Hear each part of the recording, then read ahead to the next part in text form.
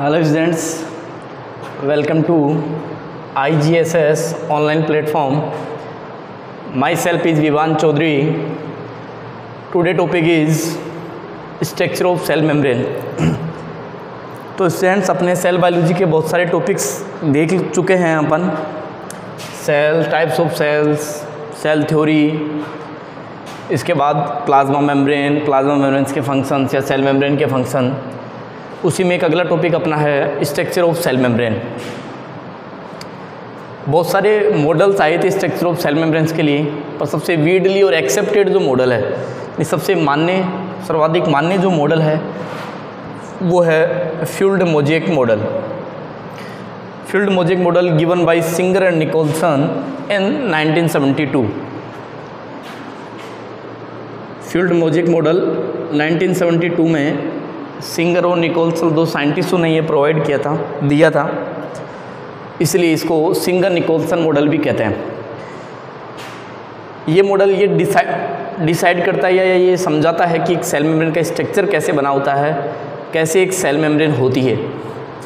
चलिए स्टूडेंट्स इसी पे डिस्कस करते हैं। तो अपन पहले तो सेल मेम्ब्रेन के स्ट्रक्चर का सर्वाधिक मान्य मत, वीडली एक्सेप्टेड मॉडल, तो आप बोलेंगे फ्यूल्ड मोज़ेक मॉडल। अब फ्यूल्ड मोज़ेक मॉडल किसने दिया? Singer and Nicolson in 1972। इसको फ्यूल्ड मोज़ेक मॉडल ही क्यों कहते हैं? देखो ये सेल मेम्ब्रेन है, वैसे तो अपन ऐसे सिंगल सेल मेम्ब्रेन बना लेते हैं, उसी का स्ट्रक्चर इंटरनली। सेल मेम्ब्रेन में दो फॉस्फोलिपिड्स की लेयर होती हैं, बाई लेयर होती हैं, बाई लेयर ऑफ फॉस्फोलिपिड होती है, दो परतें होती हैं फॉस्फोलिपिड की। इन्हीं के अंदर प्रोटीन पाई जाती हैं, एक पेरिफेरल यानी बाहरी प्रोटीन या परिधीय प्रोटीन, एक इंटीग्रल प्रोटीन यानी आंतरिक प्रोटीन। तो यहाँ फ्यूल्ड जो है, फ्यूल्ड मोज़ेक मॉडल में से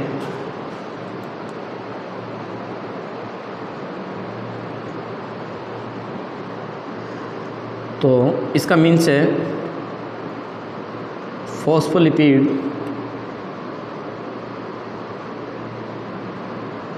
कैन मूव अराउंड, यानी फॉस्फोलिपिड चारों तरफ मूव कर सकती है, इसका मतलब है fuelled. Phospholipid can move around, यानी फ्यूल्ड का मीन्स तो यह है कि फॉस्फोलिपिड चारों तरफ गति कर सकती है, तरल के रूप में है। मोज़ेक मीन्स यहाँ क्या है?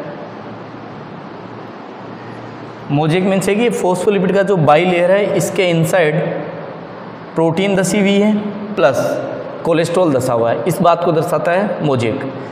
यानी ये बाई लेयर है, ये देखो डबल लेयर है, डबल लेयर के इनसाइड प्रोटीन है पेरिफेरल और इंटीग्रल, प्रोटीन धसी हुई है इसके भीतर, साथ में कोलेस्ट्रॉल भी धसा हुआ है।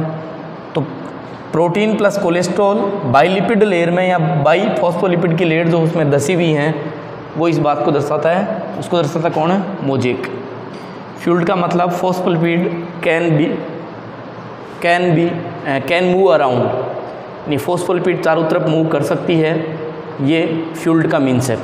तो मोज़ेक और फ्यूल्ड मोज़ेक, तरल मोज़ेक बोलता है, यानी फॉस्फोलिपिड तो चारों तरफ मूव कर सकती है। मोज़ेक का मीन्स है फॉस्फोलिपिड बाई लेयर के रूप में है, इन दोनों लेयरों के बीच प्रोटीन धसी रहती है प्लस कोलेस्ट्रॉल धसा हुआ रहता है, वो दर्शाता है मोज़ेक को। तो इसलिए इसको कहा जाता है fluid mosaic model, given by Singer and Nicolson in 1972। जो सबसे वीडली एंड एक्सेप्टेड मॉडल है स्ट्रक्चर ऑफ सेल मेम्ब्रेन का, सर्वाधिक मान्य मत है जो ये समझाता है कि एक सेल मेम्ब्रेन कैसे बनी होती है। तो चलिए स्टूडेंट्स देखते हैं अपन सेल मेम्ब्रेन का स्ट्रक्चर। ये तो मीन्स था फ्यूल्ड मोज़ेक का। Fuelled means phospholipid can move around, यानी चारों तरफ तरल है, मूव कर सकता है।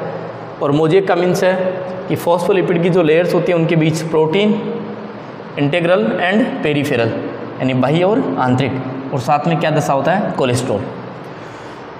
अब बात करते हैं, ये फॉस्फोलिपिड है, दोनों लेयर, इसको चैनल प्रोटीन बोलते हैं, ये कैरियर प्रोटीन है, ये ग्लाइकोप्रोटीन है, ये कोलेस्ट्रॉल है, ये इंटीग्रल प्रोटीन है, ये पेरिफेरल, यानी बाह्य, आंतरिक, cholesterol, glycoprotein.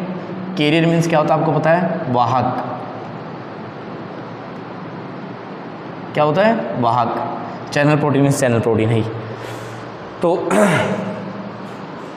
Singer and Nicolson का जो फ्यूल्ड मोजेक मॉडल है वो देखते हैं। इनके अकॉर्डिंग सेल मेम्ब्रेन एक लिपिड प्लस प्रोटीन से बनी हुई है।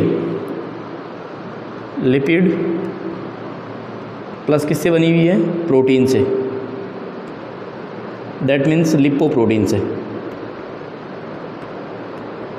लिपोप्रोटीन से बनी हुई है। 75 एंगस्ट्रम मोटी एक मेम्ब्रेन है। 75 एंगस्ट्रम मोटी एक मेम्ब्रेन है जो लिपिड प्लस प्रोटीन से बनी हुई है, दैट मीन्स लिपोप्रोटीन से बनी हुई है, जिसमें लिपिड की 2 लेयर पाई जाती हैं। लिपिड का एक हिस्सा बाहर की ओर होता है, लिपिड का एक हिस्सा अंदर की ओर होता है। ये देख लीजिए, एक बाहर की ओर है, ये अंदर की ओर है, ये अंदर की ओर है, ये बाहर की ओर है। ये इस बायोलिपिड लेयर का एक मैंने यहाँ मॉलिक्यूल बना दिया है। ये देखिए आप, ये तो इसका आउटर लेयर है, आउटर पार्ट है, ये इसका लिपिड का इंटरनल पार्ट है। आउटर पार्ट में ये जो गोल सा दिख रहा है इसको बोलते हैं फॉस्फेट हेड। फॉस्फेट का बना होता है, शीर्ष भाग है, इसको बोलते हैं पोलर या हाइड्रोफिलिक। पोलर या हाइड्रोफिलिक मीन्स जल स्नेही भाग है, मतलब आप क्या कह सकते हैं, बाहरी भाग जल में घुलनशील होता है। ये फैटी एसिड टेल है, फैटी एसिड से बनी हुई पूंछ भाग है जो मध्य भाग है, बीच में रहता है। नॉन पोलर या हाइड्रोफोबिक है, दैट मीन्स जल विरोधी है। कह सकते हैं फॉस्फोलिपिड का ये फॉस्फेट हेड या हाइड्रोफिलिक या पोलर पार्ट वाटर में सोल्यूबल होता है। फैटी एसिड टेल या नॉन पोलर या हाइड्रोफोबिक पार्ट वाटर में क्या होता है? नॉन सोल्यूबल होता है। ये जल में नॉन सोल्यूबल होता है मीन्स घुलनशील है, और ये कैसा है? घुलनशील है। लिपिड की दोनों लेयर्स में प्रोटीन दसी होती हैं जिनको बाह्य प्रोटीन और कौन सी प्रोटीन बोलते हैं अपन? आंतरिक प्रोटीन। ये फ्रेंड्स पेरिफेरल प्रोटीन है, ये बाह्य प्रोटीन है। कौन सा प्रोटीन है? बाह्य प्रोटीन। कुल प्रोटीन का 20 से 30% होता है। कुल प्रोटीन का कितना होता है? 20 से 30%। इंटीग्रल प्रोटीन ये होता है आंतरिक प्रोटीन। ये कौन सा प्रोटीन है? आंतरिक प्रोटीन। तो देखें पेरिफेरल प्रोटीन क्या है। ये फोस्फोलिपिड के जो हाइड्रोफिलिक पार्ट है। कौन सा पार्ट है? हाइड्रोफिलिक। और हाइड्रोफिलिक का मतलब आप समझ सकते हैं जल स्नेही भाग। कौन सा भाग? जल स्नेही भाग। बाह्य प्रोटीन जो है ये फोस्फोलिपिड के हाइड्रोफिलिक पार्ट के पास होता है, यानी जल स्नेही के भाग। ये जल में घुलनशील है हाइड्रोफिलिक पार्ट, इसलिए इस प्रोटीन को आसानी से अलग किया जा सकता है, क्योंकि ये जो पार्ट है ये वाटर में सोल्यूबल होता है, तो ये घुल जाएगा, तो ये प्रोटीन इससे क्या हो जाएगी? सेपरेट। इसको बाह्य प्रोटीन बोलते हैं। कुल प्रोटीन का 20 से 30% ये बनाती है। यानी पेरिफेरल या बाह्य प्रोटीन क्या है? फोस्फोलिपिड के बाह्य स्तर हाइड्रोफिलिक पार्ट की तरफ होती है, उसमें धसी रहती है। अब हाइड्रोफिलिक पार्ट जो है वो जल स्नेही है, मीन्स ये है कि जल में ये क्या होता है? घुलनशील। तो जल में सोल्यूबल होने की वजह से, वाटर में सोल्यूबल होने की वजह से आसानी से इस प्रोटीन को सेपरेट किया जा सकता है, अलग किया जा सकता है। टोटल प्रोटीन का 20 से कितना बनाती है? 30%। इंटीग्रल प्रोटीन लगभग 70 to 80% प्रोटीन बनाती है, आंतरिक प्रोटीन है। ये लिपिड के देखो आप क्रॉस कर रही हैं, तो लिपिड का ये बीच वाला पार्ट कौन सा है? फैटी एसिड टेल है ना, ये फैटी एसिड टेल। ये नीचे देखिए आप, यहाँ fatty acid tail non polar या हाइड्रोफोबिक पार्ट है। अब इस हाइड्रोफोबिक पार्ट में धसी रहती है। हाइड्रोफोबिक पार्ट का मीन्स जल विरोधी, मतलब जल में क्या होता है? अनसोल्यूबल या अघुलनशील। जल में क्या होगा? अघुलनशील। अब जल में अघुलनशील होगा, ये जल में अघुलनशील होगा, अनसोल्यूबल होगा, तो ये आसानी से प्रोटीन सेपरेट नहीं होगी। तो ये भाग हाइड्रोफोबिक पार्ट में धसी रहती है जो जल में अघुलनशील होता है, इसलिए इस प्रोटीन को आसानी से अलग नहीं किया जा सकता। टोटल प्रोटीन का 70 to 80% ये बनाती है। कितना परसेंट बनाती है? 70 to 80%। आपको पता है, अब सेल मेम्ब्रेन के मैंने आपको फंक्शंस बताए थे कि सेल मेम्ब्रेन चयनात्मक और अर्ध पारगम्य झिल्ली होता है।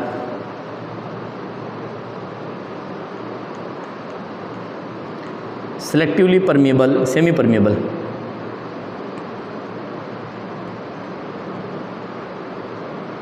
सिलेक्टिवली सेमी परमिएबल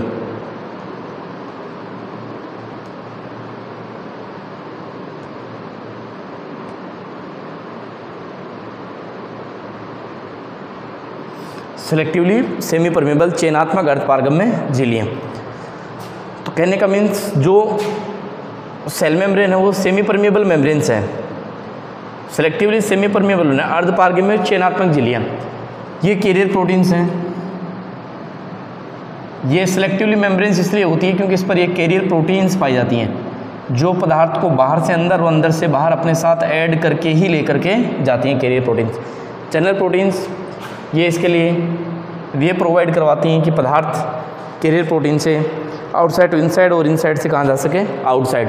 इसलिए ये कैरियर प्रोटीन जिसमें फाउंड होती हैं, इसलिए सिलेक्टिवली मेम्ब्रेन है। कैसी मेम्ब्रेन है? Selectively membrane. Semi permeable membranes का मीन्स मैंने समझा दिया था कि ऐसी झिल्लियाँ जो सॉल्यूट और सॉल्यूट एंड सॉल्वेंट, जो सॉल्वेंट को तो आर पार ना जाने दे लेकिन सॉल्यूट का आर पार नहीं जाने दे लेकिन सॉल्वेंट का आर पार जाने देती है, क्रॉस करने देती है। सॉल्यूट को क्रॉस नहीं करने देगी और सॉल्वेंट को क्रॉस करने देगी सॉल्यूशन में से। तो ऐसी झिल्लियाँ SPM होती है, सेमी परमेबल मेम्ब्रेन, यानी अर्धपारगम्य झिल्लियाँ। और सेल मेम्ब्रेन एक अर्धपारगम्य झिल्ली ही होती है। तो स्टूडेंट्स ये था internal structure of cell membrane. एक बार आप फिर से देख लीजिए इसको। Fluid mosaic model Singer and Nicolson ने 1972 में दिया। इनके अकॉर्डिंग ये लिपोप्रोटीन से बना हुआ एक झिल्ली है, बिकॉज इसमें देख लीजिए प्रोटीन्स हैं और लिपिड हैं, तो मीन्स लिपोप्रोटीन से बनी हुई ये स्ट्रक्चर है जिसमें फॉस्फोलिपिड की डबल लेयर होती हैं। लिपोप्रोटीन से तो बनी है टोटल ये प्रोटीन, सेल मेम्ब्रेन टोटल मोटाई 75 एंगस्ट्रॉम होती है लिपिड प्लस प्रोटीन के साथ में। जो लिपिड है वो बाइलिपिड लेयर होती हैं, बाई लेयर होती है, मतलब फॉस्फोलिपिड 2 लेयरों के रूप में यहाँ पाई जाती है। जो टोटल मोटाई होती है इसकी 35 एंगस्ट्रॉम। कितना एंगस्ट्रॉम होती है? 35 एंगस्ट्रॉम। 35 एंगस्ट्रॉम में इस फॉस्फोलिपिड में 2 भाग होता है। एक भाग बाहरी भाग जो होता है हाइड्रोफिलिक पार्ट, एक होता है ये भीतर वाला भाग जो होता है हाइड्रोफोबिक पार्ट। ये देख लीजिए आप, यहाँ किसी एक को मैंने यहाँ बनाया हुआ है। ये हेड पार्ट है, इसका शीर्ष भाग है गोल वाला, इसको फॉस्फेट हेड, फॉस्फेट से मिलकर के बना होता है, फॉस्फेट हेड बोल देते हैं। इसको पोलर या हाइड्रोफिलिक बोलते हैं, दैट मीन्स जल में घुलनशील होता है, जल से नहीं। ये फैटी एसिड से बनी हुई टेल होती है। ये नॉन पोलर या हाइड्रोफोबिक पार्ट होता है। ये हाइड्रोफोबिक मीन्स जल विरोधी, यानी जल में अनसोल्यूबल होता है, ये घुलनशील होता है। इन्हीं के अंदर 2 प्रोटीन दसी रहती हैं, बाहर की तरफ बाह्य प्रोटीन और अंदर दसी होती है वो आंतरिक प्रोटीन होती है। बाह्य प्रोटीन जो है वो लिपिड के हाइड्रोफिलिक पार्ट के आसपास दसी रहती हैं। देखिए ये इस तरह दसी रहती है इनमें। तो हाइड्रोफिलिक जो पार्ट है जल में घुलनशील है, तो इस प्रोटीन को आसानी से अलग किया जा सकता है। कुल प्रोटीन का 20 से कितना बनाती है? 30%। इंटीग्रल प्रोटीन आंतरिक प्रोटीन टोटल प्रोटीन का 70 to 80% बनाती है स्टूडेंट्स। और ये हाइड्रोफोबिक पार्ट्स में दसी रहती है। हाइड्रोफोबिक पार्ट्स का मतलब हुआ जल में घुलनशील। अब इसको आप सेपरेट नहीं कर सकते, जल में घुलनशील पार्ट है तो इसको आप अलग नहीं कर सकते। तो ये 70 to 80% बनाती है और इसको आप अलग नहीं कर सकते, बिकॉज ये किस में दसी होती है? हाइड्रोफोबिक पार्ट ऑफ फॉस्फोलिपिड, जो जल विरोधी होता है, जल में अनसोल्यूबल होता है या घुलनशील होता है। कैरियर प्रोटीन्स होती हैं, इनमें वाहक प्रोटीन होती हैं जो किसी पदार्थ को बाहर से अंदर और अंदर से कहा जाती हैं बाहर, इसलिए इसको सेलेक्टिवली मेम्ब्रेन्स कहा जाता है। सेमी परमेबल मेम्ब्रेन है ये, सॉल्यूशन में सोल्यूट को ये नहीं जाने देती, सॉल्वेंट को ये जाने देती है। तो सोल्यूट को ना जाने दे, क्रॉस करने दे, तो सॉल्वेंट को क्रॉस कर जाने दे, वो SPM सेमी परमेबल मेम्ब्रेन होती हैं, यानी अर्धपारगम्य झिल्लियाँ। और अर्धपारगम्य झिल्लियों का सबसे अच्छा एग्जाम्पल है सेल मेम्ब्रेन। फंक्शंस आपने इसके पढ़े थे, मैंने पिछले वीडियो में बताए थे। एक बार और बता देता हूँ मैं फंक्शंस इसके। पहला, शेप और साइज़ प्रोवाइड करवाती है, यानी आकृति प्रोवाइड करवाती है। सेल मेम्ब्रेन प्लांट सेल्स में, एनिमल सेल्स में होती है बाहर की साइड, तो शेप प्रोवाइड करवाती है। विभिन्न प्रकार का जो इन्फेक्शन होता है यानी संक्रमण, उससे सुरक्षा देती है। तीसरा, सिलेक्टिवली और सेमी परमेबल मेम्ब्रेन तो है ही है, चयनात्मक झिल्लियाँ पदार्थ को चयन करके बाहर से अंदर, अंदर से बाहर आने देते हैं, बिकॉज इसमें कैरियर प्रोटीन्स फाउंड होती हैं। सेमी परमेबल मेम्ब्रेन्स का मैंने आपको बता दिया है। सोल्यूट को ये सॉल्यूशन में से जाने नहीं देती, सॉल्वेंट को जाने देती। जो सोल्यूट को क्रॉस करने दे, सॉल्वेंट को क्रॉस नहीं करने दे, वो SPM या सेमी परमेबल या अर्धपारगम्य झिल्लियाँ होती हैं। इसके अलावा ये ट्रांसपोर्टेशन का काम भी करती है।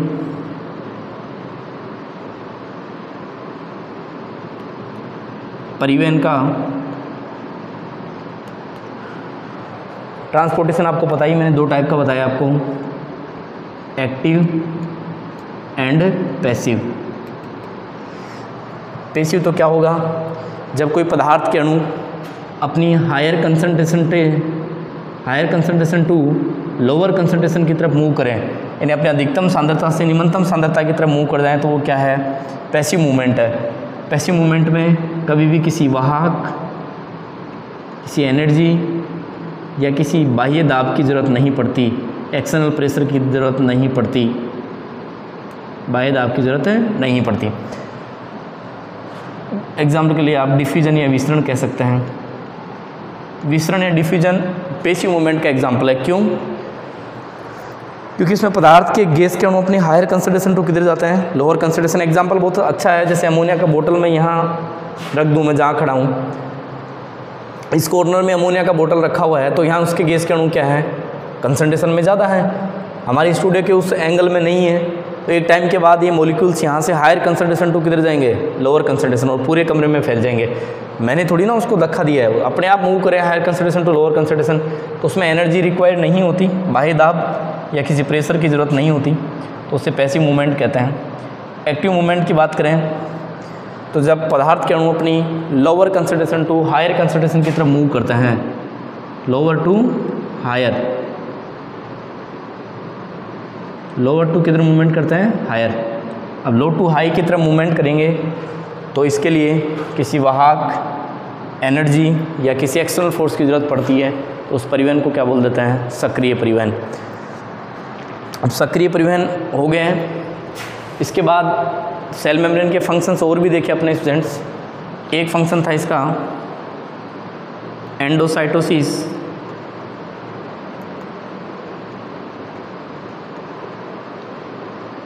और दूसरा एक्सोसाइटोसिस।